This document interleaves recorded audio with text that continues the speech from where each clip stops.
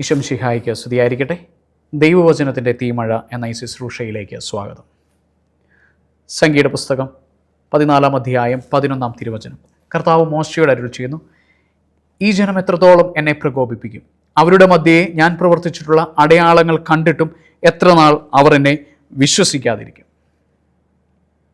ഈശോയിൽ സ്നേഹം നിറഞ്ഞവരെ, ഇന്നത്തെ ഈ വചനത്തിലൂടെ കടന്നു പോകുമ്പോൾ കർത്താവ് മോശയോട് ഒരു പക്ഷേ ഏറ്റവും വിഷമത്തോട് ചോദിച്ച ചോദ്യങ്ങളിൽ ഒന്നായിരിക്കാം ഇതെന്ന് ഞാൻ വിശ്വസിക്കുന്നു.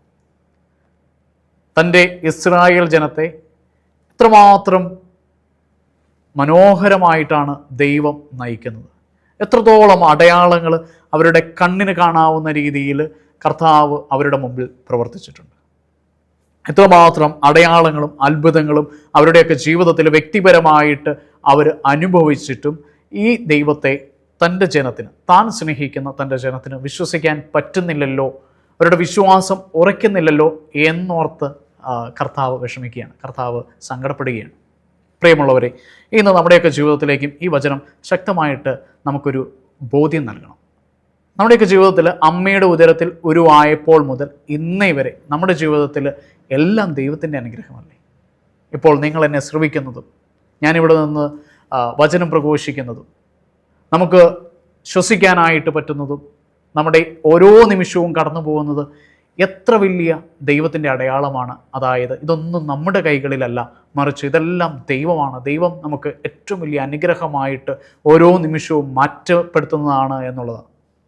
നമുക്കും ആത്മാർത്ഥമായിട്ട് വിശ്വസിക്കാം. ചിലപ്പോഴൊക്കെ നമ്മുടെയൊക്കെ അനുദിന ജീവിതത്തിൽ ചെറിയ ചെറിയ അത്ഭുതങ്ങൾ നമ്മൾ കാണാതെ പോകുന്നുണ്ട്. ഏറ്റവും ശക്തമായ അത്ഭുതങ്ങളാണ്.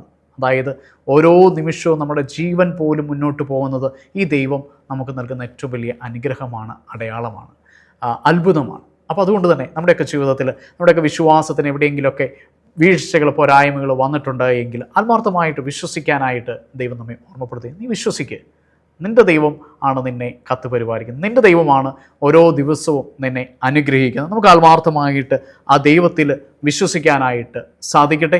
അങ്ങനെ സങ്കീർത്തനം 78:32 പറയും, അവിടുന്ന് ചെയ്ത അത്ഭുതങ്ങൾ കണ്ടിട്ടും അവർ വിശ്വസിച്ചില്ല. വീണ്ടും ഈ വചനം തന്നെ ആവർത്തിക്കുകയാണ്. നമുക്ക് അങ്ങനെ ഇസ്രായേൽ ജനം ചെയ്ത പോലെ നമ്മുടെ ജീവിതത്തിൽ വരാതിരിക്കാനായിട്ട് നമുക്ക് പരിശ്രമിക്കാം. നമുക്ക് ആത്മാർത്ഥമായിട്ട് നമ്മെ പരിപാലിക്കുന്ന, നമ്മളുടെ ജീവിതത്തിൽ നമ്മെ കൊണ്ടു നടക്കുന്ന നമ്മുടെ ആ തമ്പുരാനെ ആത്മാർത്ഥമായിട്ട് ഹൃദയം കൊണ്ട്, നമ്മുടെ ഹൃദയത്തെ കഠിനമാക്കാതെ ഹൃദയത്തിൽ ആത്മാർത്ഥമായിട്ട് ദൈവത്തിൽ വിശ്വസിക്കാനായിട്ട് നമുക്ക് സാധിക്കട്ടെ എന്ന് നമുക്ക് പ്രത്യേകമായിട്ട് പ്രാർത്ഥിക്കാം. ഈ ദിവസവും നമ്മുടെ വിശ്വാസ ജീവിതമൊക്കെ ദൈവത്തിൽ നമ്മുടെ വിശ്വാസം ആഴമായിട്ട് ഉറയ്ക്കാനായിട്ട് നമ്മെ സഹായിക്കട്ടെ. ദൈവം നമ്മളെല്ലാവരെയും സമൃദ്ധമായിട്ട് അനുഗ്രഹിക്കട്ടെ. നിത്യപിതാവിൻ്റെയും പുത്രൻ്റെയും പരിശുദ്ധാത്മാവിൻ്റെയും നാമത്തിൽ ആമേൻ. ഈശോമിശിഹായ്ക്ക് സ്തുതിയായിരിക്കും.